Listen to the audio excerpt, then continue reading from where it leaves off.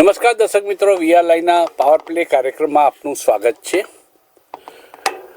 સવારે આંખો ચોડીને જ્યારે ઉઠ્યા અને ત્યારે સમાચારની ખબર પડી કે મોડી રાત્રે મેડિકલ માફિયા કાર્તિક પટેલની ધરપકડ થઈ છે.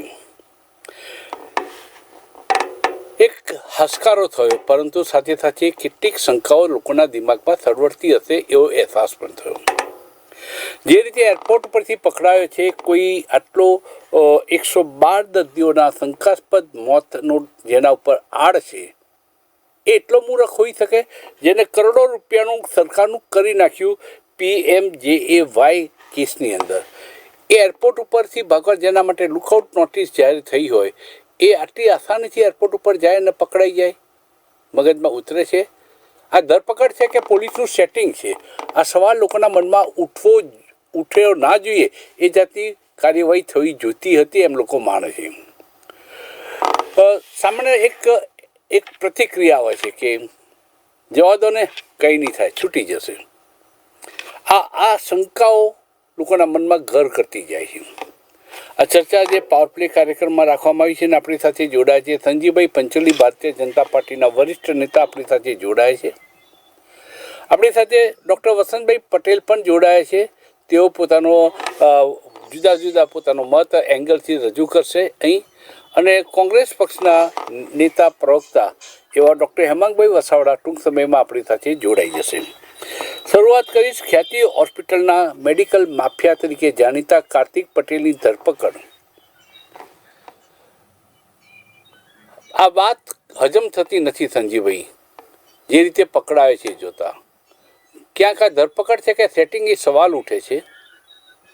તમારું શું કહેવું છે આ બાબતમાં? તમારું શું માનવું છે?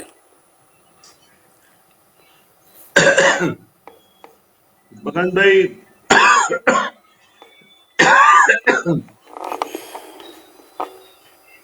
એક્સક્યુઝ મી, જે વ્યક્તિને ખૂબ મોટો ગુનો કર્યો છે અને એક માલિક હોવાના નાતે આખી યોજનાના દોરી સંચાર અને એમના શું કહેવાય કે પ્રેશરથી યોજના ચાલતી એવું સ્પષ્ટ રીતે આપણે જોયું છે, જાણીએ છીએ. અને આવી વ્યક્તિ જ્યારે પકડાય અને એ અમદાવાદના એરપોર્ટ પરથી પકડાય તો એમાં બે વસ્તુ છે કે એને એવું લાગ્યું હોય કે હું નિરાતે વહેલી સવારે ભાગી શકું તો કોઈને ખબર નહીં પડે, જેથી સામાન્ય વેશમાં જવું તો વાંધો ન આવે. અને બીજું એવું પણ છે કે શંકાસ્પદ પણ છે કે અમદાવાદ જ હોય તો એ પકડાયા કેમ નહીં. એટલે ઘણા બધા પ્રશ્નો, જેમ તમે મને પ્રશ્ન પૂછ્યો છે એમ હજુ મારા મનમાં પણ પ્રશ્નાર્થ જ છે વિષયને થોડા સમજતા. કારણ કે ત્યારે જે રીતે પકડાયો છે મને પણ આશ્ચર્ય થયું છે. સંજીવભાઈ, મુદ્દો એટલો જ છે કે આ જે રીતે પકડાયો છે, જે નાટકીય ડબથી પકડાયો છે, કાર્તિક પટેલ એ મેડિકલ માફિયા તરીકે 112 લોકોના મોત માટે સીધા કે આડકતરી રીતે જવાબદાર હોવાની શંકા પોલીસ ફરિયાદમાં થઈ છે, જેના માટે લુકઆઉટ નોટિસ જારી થઈ છે. એને આશ્રય આપનારા લોકોના ઠામ ઠેકાના એ પોલીસના ચોપડે ના હોય એવું આપણું ગુપ્તચર તંત્ર કેટલું કંગાળ કહેવાય. આમાં પદ્મકાંતભાઈ એવું છે કે વ્યક્તિ જ્યારે કોઈ પણ ઇન્સ્ટ્રુમેન્ટ ન વાપરે આજના જમાનામાં અને એ ક્યાંય પોતાના સંપર્કો ડાયરેક્ટ ન કરે, તો એવા ઘણા બધા કિસ્સા છે ભૂતકાળના કે વડોદરામાં પણ થયેલા છે. વડોદરામાં પણ ઘણા બધા કેસમાં જે વ્યક્તિઓ ખૂબ હોશિયાર હોય છે, ટેકનોક્રેટ હોય છે, અને જે આવા શું કહેવાય સંસાધનો એટલે કે મોબાઈલ કે ઇન્ટરનેટ કે એવું વાપરતા નથી, તો એ બહુ સામાન્ય રીતે ખૂબ લાંબો સમય પોલીસની વિરુદ્ધ દૂર રહી શકે છે, જોવા મળે છે, જેમાં કઈ નવું નથી. સંજીવભાઈ, આનો અર્થ એ થયો કે મોબાઈલનું ચલણ નહોતું, ડિબેટ ચાલુ કરું ત્યાં શું આરોપીઓ પકડાતા નહોતા? એટલે ત્યારે પણ ચોક્કસ માહિતીના આધારે જ આરોપીઓ પકડાતા. ઘણા આરોપીઓ તો આપણે જોયું છે કે 15-20 વર્ષ પછી પોલીસે પકડ્યા. એટલે આજે પણ થાય છે. હા, આજે પણ થાય છે. એટલે 15 વર્ષ પહેલા ભાગી ગયેલો વ્યક્તિ પકડાયો નથી, એવા કેટલાય કિસ્સાઓ છે. એટલે એ એવું નથી કે બધા જ પકડાઈ જાય, પણ સામાન્ય રીતે જે નવી ટેકનોલોજી છે એનો ઉપયોગ કરો તો જલ્દી પકડાય. જો તમે વસ્તુનો ઉપયોગ ન કરો અને કોઈ એક ચોક્કસ જગ્યાએ કોઈ દૂર અજ્ઞાત સ્થળે જતા રહો તો એ અને કોઈ જગ્યાએ તમે શું કહેવાય કે એને આશ્રય આપનારા લોકો સામે એક્શન લેવાશે નહીં એવું કેટલાય લોકોનું માનવું છે. મનમાં આ સવાલ ઉઠે છે, આશ્રય પકડ આપનારાઓને જેલમાં મોકલી અપાશે ખરા, એવું તમને વિશ્વાસ લાગે છે? હવે ક્યાં રહ્યા છે અને શું કર્યું છે એ તપાસ થશે. ભૂતકાળમાં પણ જે પણ લોકોએ આશ્રય લીધા છે એમને પણ ગુનેગારો માની અને એમને કઠેરામાં ચાર્જશીટ તરીકે પેશ કરવામાં જ આવ્યા છે. એટલે કાયદો અને ન્યાયતંત્ર એનું કામ ભૂતકાળમાં જેમ કર્યું છે ભવિષ્યમાં પણ કરશે એવી આપણે આશા છે. આશા રાખવી છે પણ વિશ્વાસ નથી બેસતો. સવાલ એટલો જ છે. એટલે આશા આશા રાખીએ સાથેનો આપણે વિશ્વાસ ઘણી બધી નહીં, વિશ્વાસ એટલા માટે નહીં, ભારતીય જનતા પાર્ટીના એક વરિષ્ઠ નેતા એનું ઇન્વેસ્ટમેન્ટ ખ્યાતિ હોસ્પિટલમાં છે ને ખ્યાતિ હોસ્પિટલમાં દર્દીઓ લાવવા માટેનું અને ખાસ કરીને પીએમજેએવાય એ સ્કીમ હેઠળ લાવવા માટે ને કરોડો રૂપિયા રડવા માટે એ ભાજપના વરિષ્ઠ નેતાના ત્યાં કેમ્પો થતા હતા. રાહત દરે કેમ્પોના નામે, મફત નિદાન કેમ્પના નામે એ થતા હતા. માટે એના આખા ગોડફાધર એ જબરજસ્ત મોટું માથું હોવાના કારણે એનો વાળ વાંકો નહીં થાય એવો વિશ્વાસ લોકોને ધીરે ધીરે મજબૂત થતો ગયો, ત્યાં પકડાયો છે. શું કહેશો, શું એ ભારતીય જનતા પાર્ટીના એ નેતાનો ચહેરો બેનકાબ થશે?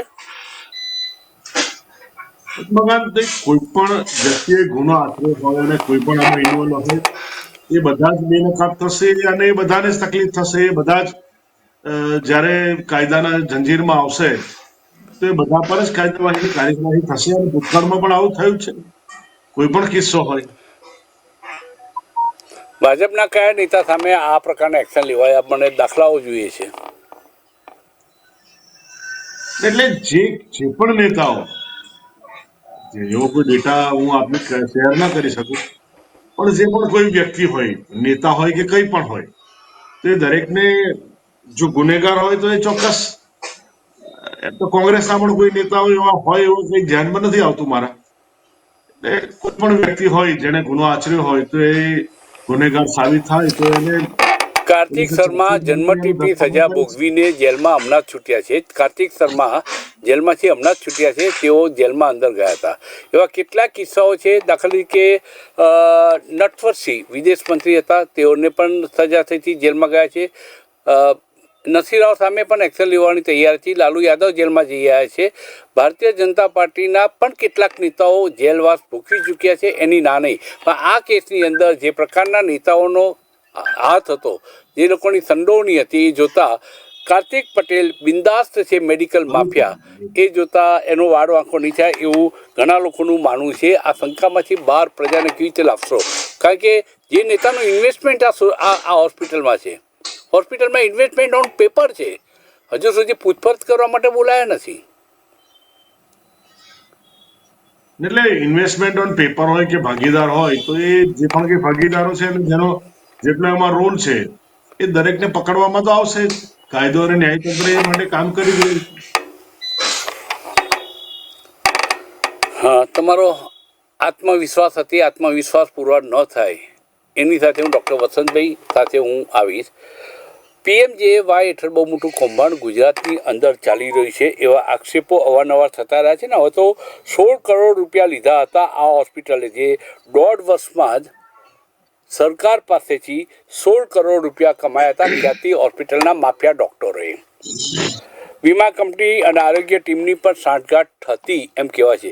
શું આ બધા આ સાંઠગાંઠ ના હોય, ઇન્વોલ્વમેન્ટ ના હોય, જો સરકારી તંત્રની કે રાજકીય નેતાઓની ઇન્વોલ્વમેન્ટ ના હોય તો વસંતભાઈ આટલા કરોડો રૂપિયા સરકારની તિજોરીમાંથી લૂંટ ચલાવી શક્યા હોત ખરા?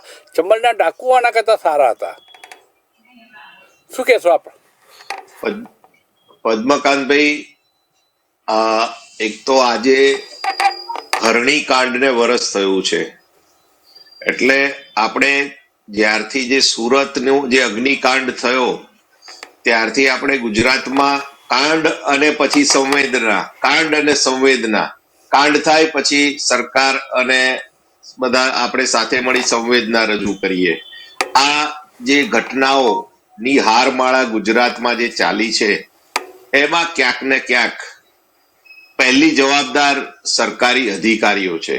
આ દરેક ઘટનામાં તમે જોશો તો સરકારી અધિકારીઓ મોટા ભાગે પહેલા જવાબદાર લોકો એ છે, અને પછી જે તે પણ વ્યવસાય અથવા જે તે પણ સંસ્થાના માલિકો જવાબદાર છે, અને ત્રીજા જે એના લાભાર્થીઓ છે એ જવાબદાર છે. એટલે સરકાર જ્યાં સુધી આવા કોઈ પણ કાંડમાં સરકારી અધિકારીઓને મોટામાં મોટી સજા નહીં થાય ત્યાં સુધી આ કાંડ ચાલવાના. એટલે કોઈ પણ કાંડ હોય, કોઈ પણ કાંડ હું કહું છું, એમાં સરકારી અધિકારીઓ અને રાજનેતા એની મિલીભગત આવા જે માલિકો સાથે હોય ત્યારે એ લોકોને સજા થવાની શક્યતાઓ લગભગ નહીવત રહે છે. જો સજા ના થાય ખૂબ મોટી, આ ખ્યાતિકાંડમાં, હરણીકાંડમાં, મોરબી કાંડમાં, કે સુરતના અગ્નિકાંડમાં, કે રાજકોટના અગ્નિકાંડમાં, તો સમજી લેવાનું નિર્વિવાદ કે આ ઘટનાઓમાં સરકારી અધિકારી અને રાજનેતાની સાંઠગાંઠ છે. હવે ખ્યાતિકાંડની વાત કરીએ આપણે, તો અધિકારીઓની સૌથી છેલ્લે ધરપકડ થઈ જે સૌથી પહેલી થવી જોઈતી હતી. કારણ કે બધી જ એપ્રુવલ એ લોકો આપે, એ લોકો ફાઇનલ ઓથોરિટી, કે ભાઈ પૈસા આપવાના હોય તો પણ એ લોકો આપવાના છે, અને એપ્રુવલ પણ એ લોકો આપે છે. અને એમાં એ પ્રકારના માણસોની ટીમ હોય કે જેને આનું ટેકનિકલ નોલેજ હોય, અને એ પછી જે લોકો એપ્રુવલ આપતા હતા. એટલે આમાં ક્યાંક ના ક્યાંક મોટું ષડયંત્ર હોય એ સામાન્ય જનતાને પણ ખબર પડી ગઈ છે. જી સંજીવભાઈ, અમિત ચાવડા કોંગ્રેસ પક્ષના નેતાએ હમણાં જે વાત કરી કે ક્યારે વરઘોડો નીકળશે, કાર્તિક પટેલનો વરઘોડો ક્યારે નીકળશે, કે પછી ભૂપેન્દ્ર ઝાલાની જેમ એનો પણ વરઘોડો નહીં નીકળે? મોરબીના ઝૂલતા પુલમાં એમાં 100થી વધુ લોકોના મૃત્યુ માટે જવાબદાર છે એ જયેન્દ્ર પટેલ, એનો પણ વરઘોડો નહીં નીકળે. બોટકાંડમાં પણ વરઘોડો ના નીકળ્યો. શું નાના ગુનેગારો ઉપર જ કાયદો ફાયદામાં રહેશે એમ કહેવામાં આવે? આ લોકોના વરઘોડા કેમ નહીં નીકળતા હોય? પદ્મકાંતભાઈ, વરઘોડો સામાન્ય રીતે અત્યાર સુધી એવા લોકોનો નીકળે છે કે જે ગુનાખોરી એટલે કે હુમલો હોય, મારામારી હોય, કે ગેંગસ્ટર હોય, અથવા તો જે રેપના આરોપી હોય, કે ક્રિમિનલ ગુનેગારો જે છે એ મુખ્યત્વે એના વરઘોડા નીકળ્યા છે.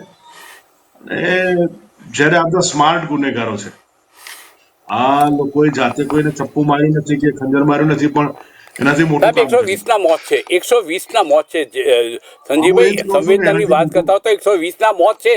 એને તો કાન પકડાવાથી ન પતે, એને અંગૂઠા પકડાઈને લઈ ગબડતા એરપોર્ટથી એને ક્રાઇમ બ્રાન્ચ લઈ જવો જોઈએ. ગબડતા જે રીતે ગબ્બર ચડતી વખતે વાધા રાખે છે કે સૂતા ગબડતા એ લોકો ચડતા હોય એવી વાધાઓ રાખે છે.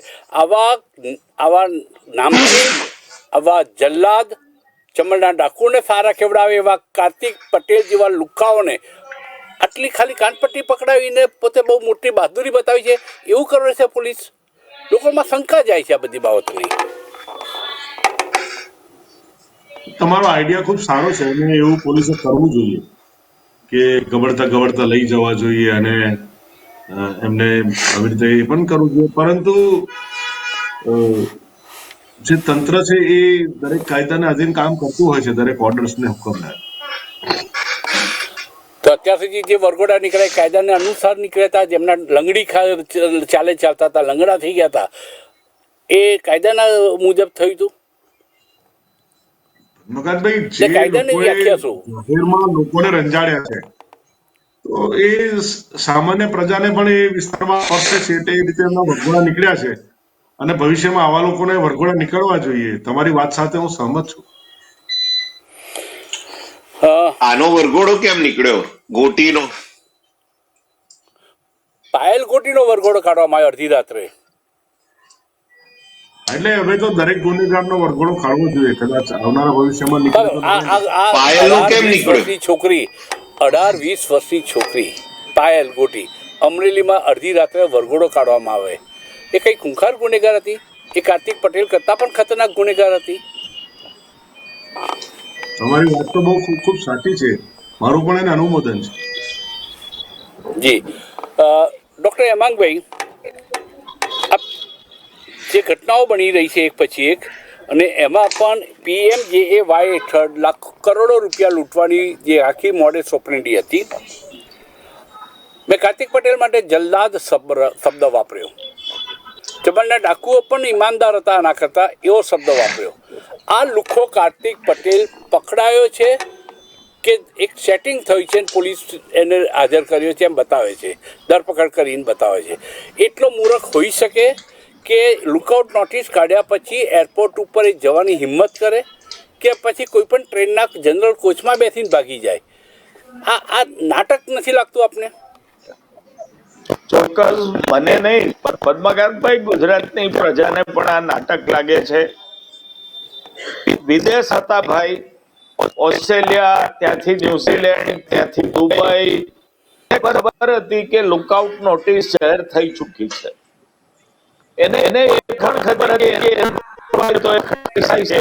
કે આગળ જામીન માટે હાઈકોર્ટ સુધી પ્રયાસ પણ જે માણસ કરી ચૂક્યા છે, એને સામેથી એરોપ્લેન એરપોર્ટ ઉપર પ્લેનમાં બેસે અને ધરપકડ થાય, પછી સરકાર પોતાનો જ વાંસો ટાપડે અમે ધરપકડ કરી. આ નાટક છે. બુદ્ધિ સમજણ સાથે રજૂ થયા છે ભાઈ. અમદાવાદ ઉડીને આવવાની કોઈ જરૂર જ નથી. એને ખબર જ હતી કે લુકઆઉટ થઈ ચૂકી છે ને હું પકડાઈશ, એટલે ગોઠવણ પૂર્વક એમની ધરપકડ કરવામાં આવી છે. અને એમણે તો સાહેબ આ સરકાર મૃદુ અને મક્કમ મુખ્યમંત્રીની નજરે કોઈ એવો કોઈ ગુનો તો કાર્તિકભાઈ કર્યો નથી. ગુનો તો પાયલ કર્યો છે કે એક કાગળ ટાઈપ કર્યો છે, જેની નોકરી જેને ટાઈપ કરી દો તો એને ટાઈપ કીધું. આ ગુજરાતમાં અતિ ગંભીર ગુનો થાય. હેમાંગભાઈ, આપના ત્યાંથી તૂટક અવાજ આવી રહ્યો છે, કંઈક ટેકનિકલ ઇસ્યુ લાગે છે. મને લાગે છે કે હું પીસીઆરને કહીશ, વિનંતી કરીશ કે જે કંઈ કરેક્શન કરવા જેવું કરે ત્યાં સુધી હું ડૉક્ટર વસંતભાઈ પાસે હું આવીશ. આ PMJAY એ ગુજરાતનું બહુ મોટું કૌભાંડ અહીં થઈ રહ્યું છે, ચૂપકેદીથી થઈ છે. રાજકીય આકાઓના આશીર્વાદ વિના શક્ય નથી, એવો વિશ્વાસ ધરાવો છો આપ? PMJ નું જે કૌભાંડ છે એ સરકારી તંત્રમાં જેટલા બેઠેલા હોય એ, અને આ બીજી સાઈડ હોસ્પિટલ, અને ત્રીજા એના ખોટા લાભાર્થીઓ કે જે એલિજિબલ નથી. આ બધાની આખું એક નેક્સસ છે, અને આ નેક્સસના ભાગરૂપે આ એક ખ્યાતિ હોસ્પિટલ એ તો પેલો એક ટીપ ઓફ આઈસબર્ગ છે કે આ પકડાઈ ગયા, એમના ત્યાં ઘટના થયા, મોર્ટાલિટી થઈ એટલે પકડાયા. બાકી આવું ઘણી બધી હોસ્પિટલોમાં કૌભાંડો ચાલુ જ હશે, આજની તારીખમાં પણ ચાલતા હશે, પરંતુ પકડા ક્યારે કે કોઈ મરી જાય ત્યારે. માટે સરકારે જો ખરેખર PMJમાં આ જે કૌભાંડો ચાલે છે એને રોકવા હોય તો લાભાર્થીઓના ઘરે જઈને પણ તપાસ કરવી જોઈએ, સિલેક્ટિવ, કે ભાઈ 30% સ્ક્રુટિની કરવું જોઈએ અને 30% લાભાર્થીઓના ઘરે જઈને ચેક કરવું જોઈએ કે આ ખરેખર ગરીબ છે, લોઅર મિડલ ક્લાસ છે, જેની આવક ઓછી છે, એવા લોકોએ લાભ લીધો છે કે ઘર બંગલામાં રહે છે, મર્સિડીઝ ગાડીઓ ને હોન્ડા સિટી ગાડીઓ છે, એવા લોકો લાભ લે છે. એટલે આ ખૂબ મોટું કૌભાંડ છે પદ્મકાંતભાઈ. હું તો ડે 1 થી કહું છું કે આ કૌભાંડ ખૂબ મોટું છે, અને સામાન્ય જે ટેક્સ પેયરો છે એના પૈસા નો ખૂબ મોટો વ્યય છે. એના કરતા સરકાર જો આટલી રકમ ખર્ચવાની હોય, 15,000 કરોડ રૂપિયા ખર્ચે ગુજરાતમાં, એક આંકડો મેં ક્યાંય વાંચ્યો તો, કદાચ મને એક્ઝેક્ટ ખબર નથી, પણ જો આટલા કરોડો રૂપિયા ખર્ચી આ યોજનામાં પ્રાઇવેટ હોસ્પિટલો અને સરકારની 700-800 હોસ્પિટલમાં જો પેમેન્ટ ચૂકવવાનું હોય આ યોજનાના અંતર્ગત, તો આટલા પૈસામાં તો સરકાર આના કરતા ખૂબ સારી મેડિકલ વ્યવસ્થા અને સર્વિસ સામાન્ય જનતાને આપી શકે. જી, ડૉક્ટર હેમાંગભાઈ પાસે આવી છે. એમની વાત સાથે વચ્ચે અવાજ ટેકનિકલ કાઉન્સલ કપાતો હતો. થોડી વારમાં ફરીથી એમને આપણી સાથે રિકનેક્ટ થશે. સંજીવભાઈને કહીશ કે આવા મેડિકલ માફિયાઓ, એના માટે હમદર્દી ચાહે ભાજપ હોય કે કોંગ્રેસ હોય, જે માણસ છે એને ના હોય. ને હું વિશ્વાસ રાખું છું કે આપણે જે શરૂઆતથી જ જે સ્ટેન્ડ લીધું વાતચીતમાં, હમદર્દી છે, સંવેદના છે, પણ આવા ગુનેગારને સજા કાયદાનું કામ કરશે જ. પણ એમ માનો છો કે એની સામેની ચાર્જશીટમાં જે મુકાય અથવા તો અત્યારે એફઆઈઆરમાં જે તપાસ દરમિયાન સાપરાધ મનુષ્ય વધ અને એને ફાંસીની સજાને લાયક ગુનો બનાવવો જોઈએ, એવું આપને દિલથી ઈચ્છો છો ખરા? ચોક્કસ પદ્મકાંતભાઈ, કારણ કે આ નાનો ગુનો નથી, આ ખૂબ મોટો ગુનો છે. અને આટલા બધા લોકોએ જ્યારે જીવ ગુમાવ્યો હોય તો એને, તમે જેમ કહ્યું એમ, એક જલ્લાદ તરીકે એને કાર્ય કર્યું છે, તો એ કડકમાં કડક સજા થવી જોઈએ. અને એ મનુષ્ય વધનો જે ગુનો હોય એ ગુનો પણ એનામાં નહોતો. સંજયભાઈ, એક વસ્તુ મેં સતત જ્યારે પત્રકારત્વ દરમિયાન જોઈ છે છેલ્લા કેટલાક વર્ષોથી, અને પહેલાં પણ જોતો આવ્યો છું કે નાનો ગુનેગાર હશે. હું એક વખત મેં દાખલો કદાચ આ પ્લેટફોર્મ પર આપ્યો હતો, તમે હતા કે નહીં મને ખબર નહીં, કે મારી કેરિયરની શરૂઆતમાં એક વખત હું ક્રાઇમ બ્રાન્ચની જે રિપોર્ટિંગ કરવા માટે ગયો. એટલે પીએસઆઈ જોડે બેઠો તો ચા પાણી કરી રહ્યા હતા, ત્યાં જોરજોરથી ચીસો આવી. એટલે મને નવાઈ લાગી. અને સામે બીજું લોકઅપ હતું, ત્યાં આગળ એ લોકો જ્યાં ફક્ત એક મિજબાની માણી રહ્યા હતા. એટલે મેં પીએસઆઈને પૂછ્યું કે પેલો કેમ ચીસો પાડે છે, કે એને સાયકલ ચોરી કરી છે માટે એને મારવામાં આવ્યો છે, અને પેલો જયાફત કરે છે એ લોકોએ આંગળીએ લૂંટ કરી છે, એમાંથી એમને કંઈક મલિદો મળશે માટે અમે એને એ જે માગે એ વસ્તુ પૂરી પાડીએ છીએ. મોટો ગુનેગાર પકડાય છે ત્યારે એક માનસિકતા સંજીવભાઈ ડેવલપ થતી જાય છે, કશું નહીં થાય, છૂટી જશે. આ માનસિકતા લોકોનો વિશ્વાસ ડગાવે છે. એ વિશ્વાસ મેળવવા માટે કડક કાર્યવાહી કેવી હોવી જોઈએ કે લોકોને વિશ્વાસ આપોઆપ ક્રિએટ થાય? કાર્યવાહી કડક એટલે પદ્મકાંતભાઈ, કાયદો જ્યારે પોલીસનું કામ છે પકડવાનું, એના પછી ચાર્જશીટ બનાવવાનું અને પછી ન્યાયાલયમાં રજૂ કરવાનું હોય છે. હવે એ જે પણ બંને પક્ષ વકીલો હોતા હોય છે, બંને પક્ષની દલીલો થતી હોય છે, અને એ દલીલોને સાંભળી અને કાયદાની રૂએ સજા થતી હોય છે. એટલે એ આપણે નક્કી ના કરી શકીએ કે એમાં શું થઈ શકે, પરંતુ આ દેશના આપણે નક્કી કરી શકીએ છીએ ફાસ્ટ ટ્રેક કોર્ટની અંદર આપણે એક હત્યારાને, સુરેન્દ્રનગરના હત્યારાને અથવા તો સુરતનો જે હતો જેમાં ગળી ઉપર છરી ભર બજારમાં કાપી નાખ્યું હતું, તો 28 દિવસની અંદર એને ફાંસીની સજાનો હુકમ કોર્ટે કર્યો હતો. ફાસ્ટ ટ્રેક કોર્ટ ડેઇલી એ હિયરિંગ થયું હતું. વકીલોની ફોજ, સરકારી વકીલોની ફોજ, કાયદાના નિષ્ણાતોની ફોજ પોલીસને મદદરૂપ થાય એ રીતે પેપર્સ તૈયાર કરતી હતી. આમાં કંઈ એવા વર્તારો દેખાતો નથી, એટલે શંકાઓ જાય છે લોકોને. પોલીસ એટલે એક ફાસ્ટ ટ્રેક કોર્ટમાં કેસ ચાલશે, જે મૃત્યુ પામ્યા છે લોકો પાછા નથી આવી શક્યા, તો આવા લોકો સામે એક્શન કાર્યવાહી કડક થાય એ માટે ફાસ્ટ ટ્રેક કોર્ટમાં અને મહિનામાં રિઝલ્ટ આવે એવું કાર્યવાહી ન થઈ શકે. પણ એને બચાવનારા રાજકીય આંકાઓ છે, એટલે શંકા જાય છે. નહીં, એટલે તમે રાજકીય બાજુ ધ્યાન દોરી રહ્યા છો, પરંતુ આમાં જે પણ કંઈ થતું એ કરવું જોઈએ, કે સંસ્થા દ્વારા પણ કરવું જોઈએ, કે અથવા તો શ્રેષ્ઠતાથી કરવું જોઈએ, કે જેથી એને સજા થઈ શકે. જી, ડૉક્ટર હેમાંગભાઈ, આપની વાત કટ થઈ હતી. પાયલ ગોટીને જાહેરમાં એને ફરીથી હવે કટ થઈ ગયા છે. મને લાગે છે કે ટેકનિકલ પ્રોબ્લેમ એમના પક્ષે પણ છે. પાયલ ગોટીને જાહેરમાં રિકન્સ્ટ્રક્ટ કરવાના નામે એમનું સરઘસ કાઢવામાં આવ્યું હતું. આમાં કાર્તિક પટેલનું રિકન્સ્ટ્રક્ટ, એના કરતૂતોનું રિકન્સ્ટ્રક્ટ કેવી રીતે થાય? બાયપાસ સર્જરી કરીને થાય, કે તે કેવી રીતે પૈસા પડાયા હતા, કે કઈ રીતે કરવું જોઈએ? બહુ સારો સબ્જેક્ટ છે, અને એમાં તમારા જેવા 5-6 તજજ્ઞની પેનલ બનાવીને એ બાબતે અભિપ્રાય પણ લેવો જોઈએ કે આનું રિકન્સ્ટ્રક્ટ કેવી રીતે કરી શકાય. જી, પણ આવા કેસોમાં હવે પીએમજેએવાય જે બદનામ થઈ છે સંજીવભાઈ, સિરિયસ મુદ્દો છે કે અત્યારે કેટલાય કેસોમાં પીએમજેવાય હેઠળની સહાયો અટકી ગઈ છે. એટલે પાડાના વાંકે પખાલીને ડામ જેવી સ્થિતિ ઊભી થઈ છે. તંત્રની મિલીભગતના કારણે આવા કાંડ સર્જાયા છે. જેન્યુઇન કેસમાં અત્યારે પીએમજેવાયની ફાઇલો કોઈ ખોલવા તૈયાર નથી. પ્રજાનો શું વાંક છે? પ્રજાનો શું ગુનો છે?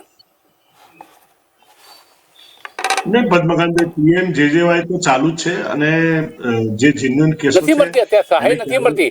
ફાઇલ ખોલવા કોઈ તૈયાર નથી. સંજયભાઈ, તમારા ધ્યાન ઉપર મૂકવું, કદાચ તમારા ધ્યાન ઉપર આ વાત નહીં આવી હોય, ફાઇલો કોઈ ખોલતું નથી.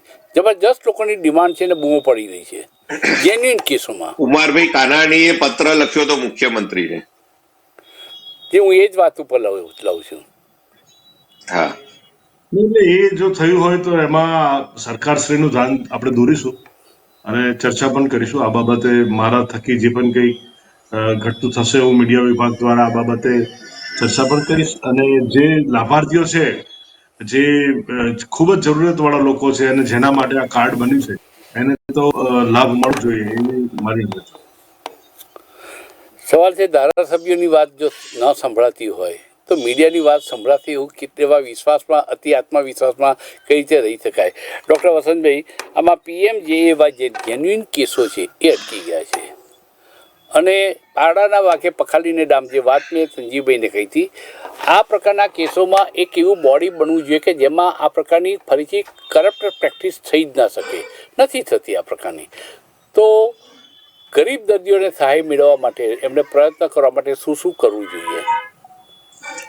એ આપે કહ્યું ને કે અત્યારે બંધ થઈ ગયું છે એપ્રુવલનું. એ ભારતીય જનતા પાર્ટીના એક જાગૃત ધારાસભ્ય સુરતના કુમારભાઈ કાનાણી, જે પૂર્વ આરોગ્ય મંત્રી પણ રહી ચુક્યા છે, એમણે સરકારશ્રીમાં પત્ર લખેલો. એક એ છે, કેતન ઇનામદાર છે. આવા ઘણા ગાંઠિયા ધારાસભ્ય શ્રી છે ગુજરાત સરકારમાં, પાર્ટીમાં, કે જે લોકો સરકારનું ધ્યાન અવારનવાર પ્રજાલક્ષી કાર્યક્રમો માટે અને કામો માટે દોરતા હોય છે કે ભાઈ આ પીએમજે યોજના અંતર્ગત એપ્રુવલ આવતા નથી. એક આવો કાંડ થયો એટલે હવે જે ફિલ્ટરેશન જે પ્રક્રિયા છે એપ્રુવલની, એ વધારે પડતી કડક કરી દીધી છે, જેના કારણે અધિકારી જે પીએમજેમાં જે બેઠો છે એપ્રુવલ વાળા, એ લોકો એપ્રુવલ આપવા માટે ખૂબ ટાઈમ લેતા હોય. ખાસ કરીને આવા કાંડ થાય ત્યારે એ લોકોને થોડોક ટાઈમ એવું લાગે કે ભાઈ અત્યારે આ કાંડની તપાસ ચાલુ છે અને એવામાં જો આપણે પાછી આપણી ઓરિજિનલ જે આપણી સ્ટાઇલ હતી એ સ્ટાઇલથી જો એપ્રુવલ આપવા લાગીશું ફટાફટ અને ક્યાંક પાછા પકડાઈ જઈશું અને ફરી જો આપણે પાછું અગાઉના અધિકારીની જેમ અંદર જવાનું આવશે, એટલે એ લોકો ખૂબ ધીરજ રાખી અને ડિલે કરીને એક પ્રકારની આવી એક સ્ટ્રેટેજી હોય છે કે પબ્લિકમાં એનો ઓહાપો થાય, પબ્લિક આખી યોજનાની સિસ્ટમ હોય એનો વિરોધ કરવા બહાર આવે કે ભાઈ અમને મંજૂરી નથી મળતી, અમારા ઓપરેશન્સ નથી થતા. એટલે આખું ધ્યાન એક ખ્યાતિકાંડથી આ તરફ લોકોનું જાય કે ભાઈ આ લોકો પીએમજે યોજના આટલી સારી, એમાં પરમિશન નથી મળતી, એટલે ખ્યાતિકાંડ ધીમે ધીમે ધીમે વિસરાવા લાગે અને આ બાજુ આ યોજનાનું જે એક એપ્રુવલની છે એ માથાકૂટ વધારે મોટી બનીને આવે અને પછી ઓટોમેટિક ખ્યાતિકાંડ પણ એક બાજુ કચરાની પેટીમાં જતો રહેવાનો. અને હંમેશા હું આપના ચેનલના માધ્યમથી આજે પણ એવું કહું છું કે ખ્યાતિકાંડની તપાસ અને જ્યુડિશિયરી જે પ્રોસિજર થવાની, એમાં અંતે જે મોટા માથાઓ છે એ લોકોને કઈ મોટી સજા થવાની મારી દ્રષ્ટિએ બહુ નહિવત મને લાગી રહ્યું છે, કારણ કે કાયદાની પ્રક્રિયા પણ એવી છે અને આમાં જે સપરાધ મનુષ્ય માનવ વધનો ગુનો કેવી રીતે એ લોકો બધા જ ઉપર લાગુ પાડશે, અધિકારીથી માંડીને માલિક સુધી.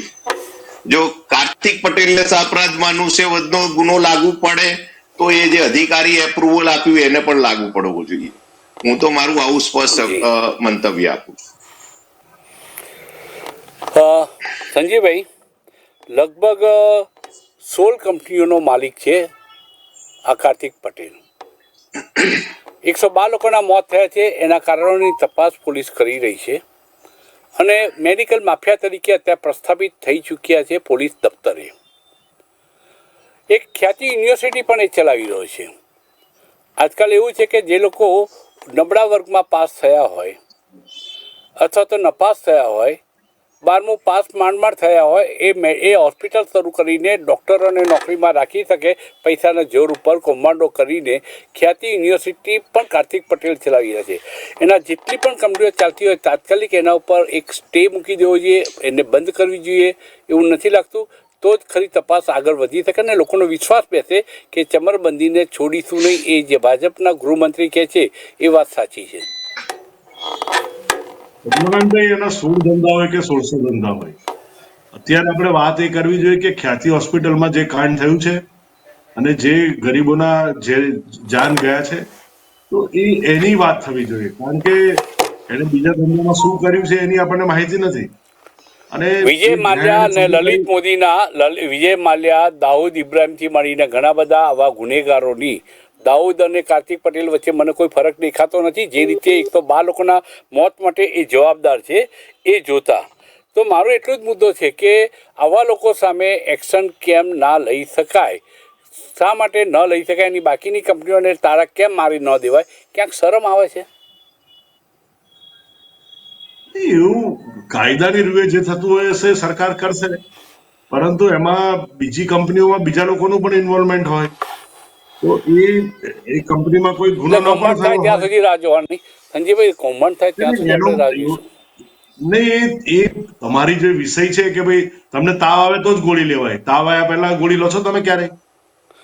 હા, પણ બીજા નિદાનો થઈ શકે છે. એવી વાત છે. પેથોલોજી લેબોરેટરીમાં મોકલવામાં આવે છે.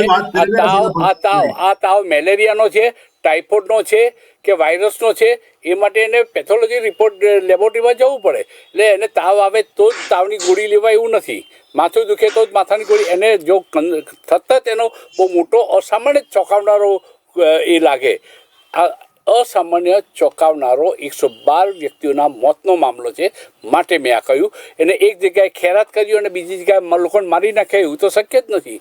માટે સંજીવભાઈ મેં કીધું એના તમામ પાંખો કાપવી જરૂરી છે. બરાબર છે, પરંતુ એ વ્યાજબી નથી. આપે કહ્યું તમારે, હું તમારી વાત સાથે હું તમને ધન્યવાદ પાઠવું છું, પરંતુ એ અન્ય એની સિસ્ટમને સમજવી જોઈએ. પોલીસ બધી તપાસ કરશે. 16 કંપની છે કે એને પોલીસ તપાસ કરશે, એના પર લોકોને વિશ્વાસ નથી. પોલીસ તો આ સરેન્ડર નથી થયો. આ એક પ્રકારનું નાટકીય રીતે એના હાજર બતાવે છે એવું લોકોનું માનવું છે. લોકોનો વિશ્વાસ તૂટી જશે સિસ્ટમ પરથી. પછી સિસ્ટમ શું કામની? હું ડૉક્ટર હેમાંગભાઈ પાસે આવીશ કે હેમાંગભાઈ, કાર્તિક પટેલ મેડિકલ માફિયા સામે જે કાર્યવાહી થવી જોઈએ, રિકન્સ્ટ્રક્શનના નામે પાયલ ગોટીને અડધી રાત્રે રસ્તા ઉપર લાવીને એનું સરઘસ કાઢવામાં આવે અને બીજી બાજુ કાર્તિક પટેલ આટલા દિવસો સુધી ગાયબ છે. અમદાવાદ એરપોર્ટથી ઉપરથી પકડાયો, મતલબ કે અમદાવાદમાં જ હતો. એને આશ્રય સ્થાન આપનારા લોકોના નામ પણ જાહેર થતા નથી. 2 કલાક લાગે, 2 કલાકમાં એને લંગડાતો ચાલતો થઈ જાય એટલે નામો બોલી જાય કે હું આટલા લોકોને ત્યાં રોકાયો હતો. કેમ આટલો બધો સમય વ્યય થઈ રહ્યો છે હેમાંગભાઈ? પહેલેથી જ ગુજરાતમાં જ્યારથી ખ્યાતિકાંડ થયું છે અને એ પછી જે રાધનપુર વગેરે જગ્યાએ પગલા લેવામાં આવ્યા ત્યારથી જ લોકોના ધ્યાન ઉપર એ આવેલ છે કે આવી બધી જે હોસ્પિટલો છે એમાં ક્યાંક ભારતીય જનતા પાર્ટીના કોઈ ને કોઈ નેતા, મોટા નેતા એનું હિત સંકળાયેલું છે. એમના કનેક્શનો પણ દેખાણા છે. કાર્તિકભાઈ કોની સાથે ફોટા પડાવે છે, કોની સાથે સ્ટેજ ઉપર હતા, કઈ રીતે કનેક્ટેડ છે, આ બધી બાબતો પ્રજાના ધ્યાન ઉપર આવી ગઈ છે. એટલે પોલીસ જે રીતે ચાલી રહી છે એ પણ પ્રજા સમજે છે કે ભારતીય જનતા પાર્ટીના નક્કર દબાણમાં જ પોલીસ ચાલે છે. અમારે એક તંત્રી છે અહીંયા સ્થાનિક અખબારના, એને એવું કીધું કે પોલીસે હવે કેસરી યુનિફોર્મ પહેરવાનો જ બાકી છે. યુનિફોર્મ કેસરી જ કરી નાખવાની જરૂર છે. જે રીતે પાયલ ગોટીની આપણે વાત કરી, બેન દીકરીની, કયો ગુનો એને કીધું એના વડીલે, એના જ્યાં નોકરી કરે છે એને લેટર ટાઈપ કર્યું, એનું સરઘસ નીકળે. રમેશભાઈ ટીલાળા રાજકોટના ધારાસભ્ય, એના બેનને પોલીસ પકડીને બેસાડી રાખે પોલીસ સ્ટેશનમાં, સગી બેનને પ્રોપર્ટી વિવાદમાં, અને પોલીસ એમ કહે કે રમેશભાઈ કે તો જવા દઈએ તમને. અને બેને એ ખુલ્લા આક્ષેપો કર્યા કે પોલીસ એવું કે છે કે રમેશભાઈ કે એમ થશે. એટલે બધે જ પોલીસ એ રીતે ચાલે છે. રમેશભાઈ, નીતિનભાઈ, વિજયભાઈ, હર્ષભાઈ, આ બધા કેમ જ પોલીસ ચાલે છે ગુજરાતમાં. એટલે ખ્યાતિકાંડમાં આટલા લોકોનો ભોગ લેવાનો જઘન્ય અપરાધ થયો. પણ કલમો જે લગાડવામાં આવી છે એ કલમોમાં સીધી 302 ક્યાંય લગાડી નથી. 302 કોઈની સામે લગાડી નથી. 120B પાર્ટ ઓફ 302 120B પણ લગાડી નથી.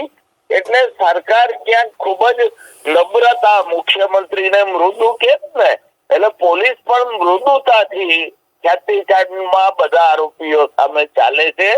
અને જે રીતે વિવિધ કાંડના બધા આરોપીઓ બહાર આવતા જાય છે જામીન ઉપર, એમ મને એમ છે કે આ વર્ષના જૂન જુલાઈ મહિના સુધીમાં ખ્યાતિકાંડના પણ તમામ આરોપીઓ બહાર આવી જશે. કાર્તિક પટેલે કેટલાક લોકો મેડિકલ માફિયા કહે છે, તો કેટલાક લોકો કહે છે કે આ લુખ્ખો અને એક નંબરનો એક ખતરનાક એક ગુનેગાર છે, એ પ્રકારના શબ્દો વાપરે છે. ચમનના ડાકુઓને સારા કેવડાવે એ પ્રકારનું કેરેક્ટર છે. આની સામે ફાંસીની સજાનો ગુનો દાખલ કેમ ન થાય? ફાંસીની સજાની કલમો કેમ ના ઉમેરાય? શા માટે એને 302 નહીં ઉમેરાઈ હોય? શું રાજકીય આથાઓ વગર આટલો બધો માથાભારે થઈ શકે કાર્તિક પટેલ? ચોક્કસ ન થઈ શકે. આ કૌભાંડની પહેલા એમણે કોઈ જમીનનું પણ કૌભાંડ કર્યાનું અને પ્રોપર્ટીનું કૌભાંડ કર્યાની વાત પણ લોકોમાં ચર્ચાઈ છે. આજ સવારે કાર્તિકભાઈ પકડાયા પછી હજી સુધી પોલીસ આ બાબત તપાસ કરી શકી નથી કે આની પહેલા એમનું કોઈ કૌભાંડ છે કે નહીં. હજી સુધી તપાસ ન થઈ. એટલે આગળ પણ એને કૌભાંડ કર્યું એવી લોકમુખે ચર્ચા છે. તો આ કૌભાંડમાં પણ જે આપ કહો છો એ રીતે બહુ સિમ્પલી આને ગણવાને બદલે જો સરકાર ધારે તો 120B along with 302 તમે જાણો છો કે આ નોર્મલ છે. હૃદય એમાં તમે સ્ટેજ ચડાવી દો છો અને દર્દી મરી જાય છે, તો એને શું કેવું? 304 પાર્ટ બી કેવો, 307 કેવી કે 302 કેવી? આ જે આખી બાબત છે એ કાયદાને આધીન છે. અને જો સરકાર કડક થાય તો ભલે કોર્ટ કાઢી નાખે. ઘણી કલમો સરકાર લગાડે છે, પોલીસ લગાડે છે, જે પછી કોર્ટ એપ્રુવ કરતી થાય કે વધુ એવી ગણશું. આ કલમ લગાડવી એકદમ જરૂરી છે. 302 with 120B. 16 કંપનીઓનો માલિક છે કાર્તિક પટેલ. બાકીની કંપનીઓ ઉપર કોઈ પણ જાતની કાર્યવાહી હજુ સુધી થઈ નથી. આટલા દિવસો બાદ પણ કમસે કમ એનું નાક દબાવવા માટે કંપનીઓ ઉપર પણ ધોષ પોલીસે લાવવી જરૂરી હતી, અથવા તો સરકારે કમસે કમ દાખલો બેસાડવા માટે, લોકોનો વિશ્વાસ પાછો મેળવવા માટે એને ખ્યાતિ યુનિવર્સિટી થઈને ઘણા બધા એની કંપનીઓની સામે કાર્યવાહી કરવાની જરૂર હતી. જો મેડિકલ સાયન્સમાં આટલા ગોટાળા કરી શકતો હોય, એ એજ્યુકેશન ક્ષેત્રમાં શું ન કરી શકે? આપ માનો છો કે ક્યાંક નરમાઈશથી વર્તાઈ રહ્યું છે અત્યારે? નરેન્દ્રભાઈ મોદી સાહેબના રાજમાં 2016માં બધી જ કંપનીઓ, ટ્રસ્ટો, જેને સેલ કંપની અથવા 4G ટ્રસ્ટ કહેવાય, સંસ્થાઓ કહેવાય, બધા ઉપર ધોષ બોલાવવામાં આવી. મારા ભારતીય જનતા પાર્ટીના મિત્ર હમણાં જ કહે છે કે આવી કોઈ સંસ્થા ચાલતી નથી. કારણ કે માનનીય નરેન્દ્રભાઈએ 2016માં કડક પગલા લઈને આવી બધી સંસ્થાઓ, કંપનીઓ નેસ્ત નાબૂદ કરી દીધી છે. એટલે સેલ કંપની ચાલતી હોય, ખોટી કંપની ચાલતી હોય, ડમી યુનિવર્સિટી ચાલતી હોય, એ વાત ભારતીય જનતા પાર્ટીના મિત્ર તરત જ રજૂ આપશે પદ્મકાંતભાઈ. એટલે આ જે બધું ચલાવે છે એ ખૂબ સરસ છે. એની વિદ્યા સંસ્થાનો જે ખ્યાતિ હોસ્પિટલમાં જે કર્યું એ ખૂબ સરસ કર્યું છે. આ ભારતીય જનતા પાર્ટીની દ્રષ્ટિએ આ વાત ઉભી થઈ છે. ભલે આપણને એવું લાગે છે કે ઘણી ડમી કોલેજ ચલાવતો હશે, ખોટા સર્ટિફિકેટ આપતો હશે, પ્રોફેસર ના હોય છતાં કોલેજની મંજૂરી પૈસા દઈને લઈ આવ્યા હશે. આ બધું આપણને વિચારે આવે છે અને એવું ગુજરાતમાં બને છે. પણ ભારતીય જનતા પાર્ટીના મિત્ર ના પાડશે, કારણ કે વારંવાર એ લોકો કહે છે ચમરબંધીને છોડવામાં આવશે નહીં. અને ચમરબંધીને એમની વ્યાખ્યા હવે ગુજરાતની પ્રજાએ જોઈ લીધી છે. સિંગદાળિયા વેચવા વાળો, કોથળા વેચવા વાળો, 5,000 10,000 ના સ્કૂટર ફેરવવા વાળો, આ બધા ગુજરાતમાં ચમરબંધી ગણે છે આ લોકો. અને મોટા મોટા ઉદ્યોગપતિઓ, આ કાર્તિક પટેલ જેવા, ઝાલા જેવા બધા ભ્રષ્ટાચારીઓ, એને એ લોકો ચમરબંધી ગણતા નથી, એટલે એને પકડતા નથી અને એમને સજા કરતા નથી. હું માનું છું કે કેટલાક લુખ્ખા તત્વોએ અમદાવાદ, સુરત અને કેટલાક બીજા શહેરોમાં જે રીતે તલવારો અને ધારિયાઓથી હુમલા કર્યા, જે રીતે ચપ્પાઓથી હુમલા કર્યા, લોકોને લોહીલુહાણ કર્યા, એમને કે વાહનોને ડિસ્ટ્રોય કરી અને જે રીતે એક તાંડવ રચી નાખ્યું, એ લોકોને એક દાખલો સબક શીખવવા માટે ગૃહમંત્રીએ કાયદામાં રહેશો તો ફાયદામાં રહેશે એમ વાત કરી હતી. અને એ રીતે એમને સીધા સરખા કરવામાં આવ્યા હતા અને એક દાખલો બેસાડવામાં આવ્યો હતો. લંગડા ચાલતા હોય એવા બતાવવા, એવા વિઝ્યુઅલ પણ એ જાહેર કર્યા હતા. એની પાછળનું કારણ એ હોઈ શકે કે ભવિષ્યમાં કોઈ પોતાને કાયદાથી ઉપર માને નહીં, એ કામ કર્યું છે. પરંતુ મોટા માથાઓ કાર્તિક પટેલથી મળીને મોરબીના ઝૂલતા મિનારાના કેસવાળો છે, રાજકોટનો અગ્નિકાંડ છે, આ લોકોના ક્યારેય આપણે લંગડાતા જોયા નથી. ભૂપેન્દ્ર ઝાલા 6,000 કરોડનું કરી નાખ્યું, એ પણ સલામત છે, સબ સલામત છે. સૌનો સાથ, સૌનો વિકાસ એ ટ્રેન ઉપર ચાલી રહ્યો છે. ત્યાં સુધી વિશ્વાસ કેવી રીતે બેસે? હું સંજીવભાઈ આપને પૂછવા માગું છું, કઈ રીતે વિશ્વાસ બેસે?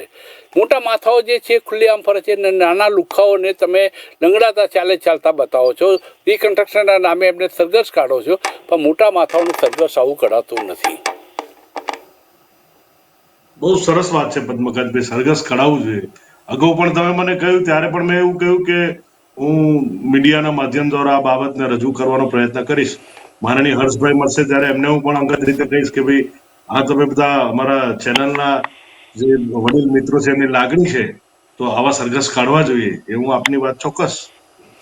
સંજીવભાઈ, એમનો અંતરાત્મા, એનો અર્થ એ છે કે સત્તા સ્થાને બેઠેલા લોકોનો અંતરાત્મા મરી પડવાનો છે, એમનો વિચાર ન આવે, આપણે કહીએ તો જ ખબર પડે. તમારી એ વાતને પણ ધ્યાન હું અપાવીશ કે ભાઈ આવું પણ પૂછાય છે, તો આ બાબતે તમારે શું કહેવું છે? એટલે મને જવાબ આપો છો કે ધમકી આપી રહ્યા છે, મને સમજાતું નથી. ના, હું સ્પષ્ટ રીતે કહી રહ્યો છું, કેમેરાની સામે કહી રહ્યો છું સર. હા, એટલે આપ કહી શકો છો, તાત્કાલિક કહી દેજો અને 24 કલાકમાં કહેશો એવો મને વિશ્વાસ છે. પરંતુ પ્રજાને સંતોષ થવો જોઈએ કે માથાભારે લોકોનો સામે એક્શન લેવામાં સરકાર નબળી જાય છે, એવો લોકોનામાં એક માન્યતા દ્રઢ બની રહી છે. ખાલી ડાયલોગબાજી કરવાથી કાયદો અમલમાં નથી આવતો, કાયદાનું કામ નથી કરતો. તો વસંતભાઈ, આ પ્રકારની જે PM જેવી યોજનાઓ છે, સરકારી એટલે વીમા યોજનાઓ છે, વીમા કંપનીઓ પણ આમાં, તો બજાજ એલાયન્સ પણ આમાં ઇન્વોલ્વ છે. આ પ્રકારની કંપનીઓ પોતાનું પ્રજાના ટેક્સના પૈસાની લૂંટ ના ચલાવે એ માટે કોઈ એવી બોડી ખરી કે જે એ બોડીની અંડરમાંથી જે કેસ પાસ થાય અને ક્યાંય વિલંબ પણ ન થાય અને તાત્કાલિક ટ્રીટમેન્ટ મળે? આવું થઈ શકે ખરું? કઈ રીતે થઈ શકે? આ સંસ્થા જે છે બધી જ ઇન્સ્યોરન્સ કંપનીઓની માતૃ સંસ્થા કહેવાય, એ આના ઉપર મોનિટર કરતી હોય છે ઇન્સ્યોરન્સ કંપની પર. પરંતુ આપે કહ્યું કે ભાઈ ઇન્સ્યોરન્સ કંપની અત્યારે આ PMJ યોજના એક સરકારી યોજના છે અને ઇન્સ્યોરન્સ કંપની એમાં સાથે મળીને આ યોજના ચલાવી રહી છે. જ્યારે જે મેડિક્લેમ, પર્સનલ મેડિક્લેમ હોય છે, એ ઇન્સ્યોરન્સ કંપનીના પણ એટલા મોટા કૌભાંડો અત્યારે ચાલી રહ્યા છે કે એ કંપનીના અધિકારીઓ અથવા તો TPA સાથે જે હોસ્પિટલોની સાંઠગાંઠ હોય, એ હોસ્પિટલનું બિલ, એક ઓપરેશન હોય, એ ઓપરેશનનું જો એપ્રુવલ એક હોસ્પિટલને 50,000 મળી જાય 5 મિનિટમાં અને બીજી હોસ્પિટલે એનો એસ્ટિમેટ આપ્યો હોય 20,000, તો પણ એને ના મળે. આ રીતની પરિસ્થિતિ અત્યારે ઇન્સ્યોરન્સ કંપનીઓમાં પણ છે અને એમાં પણ ખૂબ મોટા બોગસ ક્લેમ કરવાના કારણે ઇન્સ્યોરન્સ કંપનીના પ્રીમિયમો અત્યારે મેડિક્લેમના ખૂબ વધી ગયા છે. એટલે સરકારે આમાં આજે એક સમાચાર મેં સવારે જોયા કે ઈડીની રેડ પડી કર્ણાટકમાં ક્યાંય અને 300 કરોડ રૂપિયા પકડાયા અથવા તો ગોંચમાં લીધી, નાવક એમની મિલકતો ટાંચમાં લીધી. તો કાર્તિક પટેલ અથવા તો પેલો ઝાલા છે, આ બધી જગ્યાએ ઈડીની રેડ પાડવી જોઈએ મારી દ્રષ્ટિએ. ગુજરાતમાં જે આવા લોકો છે ક્રિમિનલ્સ, એ લોકોના ત્યાં પણ ઈડીની રેડ પાડી અને ગુજરાતની જે જનતા છે એને સુનિશ્ચિત કરવી જોઈએ કે ભાઈ ગુજરાતમાં પણ ઈડી આવી શકે છે એમ. પણ એ તો ખેસ પહેરી લીધો તો ઈડી કીર્તિ આવશે. હવે સંજીવભાઈ મારી દ્રષ્ટિએ આમાં આપણને પ્રકાશ પાડે કે ભાઈ ગુજરાતમાં ઈડી આવી શકે કે નહીં. સંજયભાઈ, આપે મને કહ્યું કે જે પ્રશ્ન જોતો તો જવાબ કે અંતરાત્મા સત્તા સ્થાને બેઠેલા પછી મરી પરિવારો હોય છે, પેરાલિસિસ થયો હોય છે કે એક પત્રકારના સુઝાવ ઉપર એમનું ધ્યાન દોરવું પડે તમારે, એ પણ તમારી કમનસીબી કહેવાય. એમને ખબર પડી ગઈ તમારે ધ્યાન દોરવાના બદલે. અને ખેસ પહેરી લેનારાનો વારો આંખો નથી એવી એક વાત લોકોના મનમાં દ્રઢ બનતી જાય છે. કેવી રીતે દૂર કરશો? એ બાબત સદંતર ખોટી છે પદ્મકાંતભાઈ. પણ કેસ પહેર્યો છે એટલે કે કોઈ કાર્યકર કે કોઈ નેતા નથી. એ કોઈ પણ વ્યક્તિ તમારા અવાજમાં સંજીવભાઈ, તમારા અવાજમાં રણકો નથી એટલે તમને લાગે કે તમને પણ એ વાતમાં તમે કંઈક ક્યાંક ખૂણે ખાંચે વિશ્વાસ ધરાવો છો કે પદ્મકાંતભાઈ જે સવાલ પૂછે છે એમાં દમ છે. નહીં, રણકો એટલે મારે કે એમાં ખખડીને ના બોલવાનું. હું સૌમ્યતાથી જ આપણી સાથે વાત કરું છું. પદ્મકાંતભાઈ, એ ખેસ પહેરવો અને ફોટા પડાવવા એ કોઈ પણ વ્યક્તિ છે ને જયારે સમૂહમાં હોય છે તો અમારા મિત્રોએ ક્યારેય કોઈને ફોટો પડાવવાનો ના નથી પડતો. હા, હવે બરાબર છે સંજીવભાઈ. ખેસ પહેરેલો હોવો જોઈએ. નેતાઓ સાથેના ફોટા પણ બતાવીને ભૂપેન્દ્ર ઝાલાએ અત્યાર સુધી બચતો રહ્યો છે. એનું સરઘસ નથી કઢાવ્યું, એનું રિકન્સ્ટ્રક્શનના નામે જાહેરમાં લવાયો નથી અને એનો વાળ વાંકો નહીં થાય એવું લોકો કેમ માનવા પ્રેરાય? મતલબ કે જેટલા લોકોનું ભાજપ સાથેનું કનેક્શન છે કે કોંગ્રેસ પક્ષ સાથેનું, અત્યારે તો ભાજપ સત્તા ઉપર છે, તો એ લોકો બિંદાસ હોય છે, બેફિકરા હોય છે. એની મિલકતો ટાંચમાં લેવાતી નથી. ન કાર્તિક પટેલની લેવાય છે, ન ભૂપેન્દ્ર ઝાલાની લેવાય છે. આમ કેમ? સવાલ એ પૂછાય છે સંજીવભાઈ. નહીં, સમય આવે બધું થશે પદ્મકાંતભાઈ. જે રીતે ભૂપેન્દ્ર ઝાલા પણ પકડાયા છે, પહેલા તો એવું જ કહેતા બધા કે ભાઈ ભૂપેન્દ્ર ઝાલાએ નહીં પકડાય અને કાર્તિક પટેલે નહીં પકડાય. હવે જયારે પકડાઈ ગયા છે તો આપણે બધા કહે છે કે તો સેટિંગ છે. નહીં, એ તો બધા એવું સેટિંગ છે એવું બધા નથી કહેતા. એ લોકો સમજે પણ છે અને એમને જયારે પકડ્યા છે તો એના ઉપર કાર્યવાહી પણ થશે. જી ડૉક્ટર હેમાંગભાઈ, મોટા માથાઓ જે હોય છે, જે કોઈ પણ પોલિટિકલ પાર્ટીનો ખેસ પોતાની સાથે સંબંધો સારા હોય એવા લોકોનો પહેરતા હોય છે, એમની સામે એમના સરઘસ કરતા નથી, એમનું રિકન્સ્ટ્રક્શન થતું નથી, એમની મિલકતો ટાંચમાં લેવાતી નથી, એના ત્યાં ઈડી પણ કંકોત્રી લખ્યા વગર આવતી નથી. આ બધાના કારણે લોકોનો વિશ્વાસ ડગ્યો છે. એ વિશ્વાસ કેવી રીતે પાછો મેળવશો? કારણ કે લોકો નિરાશ થઈ જાય તો પછી આ વહીવટી તંત્રનો અર્થ શું? સૌથી પહેલી પદ્મકાંતભાઈ વાત ઈ છે કે આ ઝાલા છે, કાર્તિકભાઈ છે, જે બધા મોટા ગજાના કૌભાંડકારીઓ છે, મોટા ગજાના, એ લોકોએ ઇલેક્ટોરલ બોન્ડમાં કેટલા રૂપિયા, સમીરભાઈ અકળાતા નહીં હો પંચોલી સાહેબ, કયા પક્ષને દાન આપ્યા એ તો એ જાણતા જ હશે ને, ભાજપના વરિષ્ઠ નેતા છે. એની તપાસ થવી એકદમ જરૂરી છે. જે ચૂંટણી ફંડ અપાય છે એ ઈડી, સીબીઆઈ, પોલીસ ખાતું અને ક્યાંક ને ક્યાંક સરકારી વકીલોને લીધે ન્યાય ખાતું, આ બધા ઉપર અસર કરે છે. આપણે જોતા એવા દેશની જનતા જોવે છે કે સરકારને અનુકૂળ પરિસ્થિતિ થાય એવા ચુકાદાઓ જે કેસમાં જે જજ સાહેબોએ આપ્યા છે, એ રિટાયરમેન્ટ પછી ખૂબ મોટા હોદ્દા ઉપર બિરાજે છે. કોઈ રાજ્યસભામાં પહોંચી જાય છે, કોઈ ટિકિટ લઈને મિનિસ્ટર થઈ જાય છે, કોઈ લોકપાલ બની જાય છે. આમાં એટલે જે અત્યારની પરિસ્થિતિ ઊભી થતી જાય છે દિવસે દિવસે, પોલીસ અધિકારીઓ પણ રાજીનામા આપીને લોકસભામાં ને ધારાસભામાં પહોંચી જાય, મિનિસ્ટર થઈ જાય, એટલે આખું એક જે નેક્સસ ચાલુ થયું છે આ દેશમાં, એ ગંભીરતાથી પ્રજાએ સમજવાની જરૂર છે.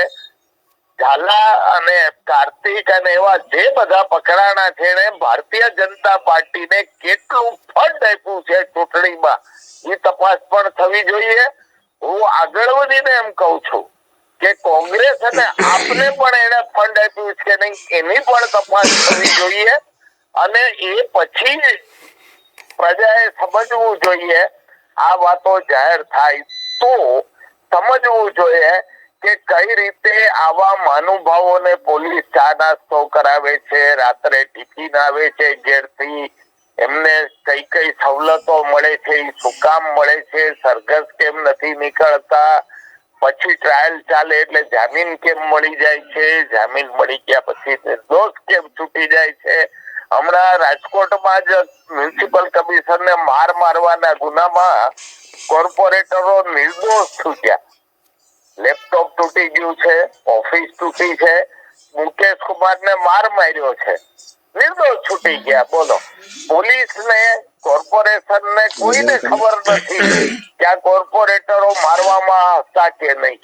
એટલે આ દેશ અત્યારે જે રીતે ચાલી રહ્યો છે એ પ્રજાએ સમજવાની જરૂર છે. અને જેમ તક્ષશિલા ગામના લોકો બહાર આવી ગયા છે જામીન ઉપર, જેમ મોરબીમાં લોકો જામીન ઉપર આવી ગયા છે, રાજકોટમાં આવશે, ટૂંક સમયમાં આવશે, એમ ખ્યાતિકાંડના પણ તમામ લોકો જામીન ઉપર બહાર નીકળી જવાના છે. કારણ કે ભારતીય જનતા પાર્ટીના મૃદુ છતાં મક્કમ મુખ્યમંત્રી ગુજરાત ચલાવી રહ્યા છે અને ખૂબ જ બાહોશ હોમ મિનિસ્ટર ગુજરાત ચલાવી રહ્યા છે. હા, સંજીવભાઈ પાસે આવીશ કે ચૂંટણી ફંડ મળ્યું છે આવા લોકો દ્વારા કે નહીં, એ વાત સ્પષ્ટ કરવા માટે તપાસ થવી જોઈએ. અથવા તો રાજકીય પક્ષોએ, સામાન્ય રીતે રાજકીય પક્ષોના મળતા ચૂંટણી ફંડ એ આરટીઆઈના દાયરામાં આવતા નથી અને એના જવાબ આપવા માટે પોલિટિકલ પાર્ટીઓ બંધાયેલી નથી, એવું પણ એક નક્કી થયેલું છે. ભાજપ કોંગ્રેસનું બંનેનું મેચ ફિક્સિંગ છે, આમ આદમી પાર્ટી પણ એમાં મેચ ફિક્સિંગમાં આવી જાય. પરંતુ જો એટલો એક વિશ્વાસ અપાવવામાં આવે કે અમે આવા લોકોના ફંડ કદાચ ભૂલથી અગાઉ ગુનો નથી કર્યો એટલે લીધા હોય તો અમે પરત કરવા તૈયાર છીએ, આવી પણ કોઈ જાહેરાત કરવા તૈયાર છે ખરું કોઈ પણ પોલિટિકલ પાર્ટી? સત્તા સ્થાને બેઠેલી છે ત્યારે ભારતીય જનતા પાર્ટીને આ સવાલ પૂછાય, પાર્ટી શું કહેશે? જી પદ્મકાંતભાઈ, તમે જે વાત કરી રહ્યા છો એ બાબતની ચર્ચા પણ થવી જોઈએ અને એનું મંથન પણ થવું જોઈએ અને યોગ્ય નિકાલ આવવો જોઈએ.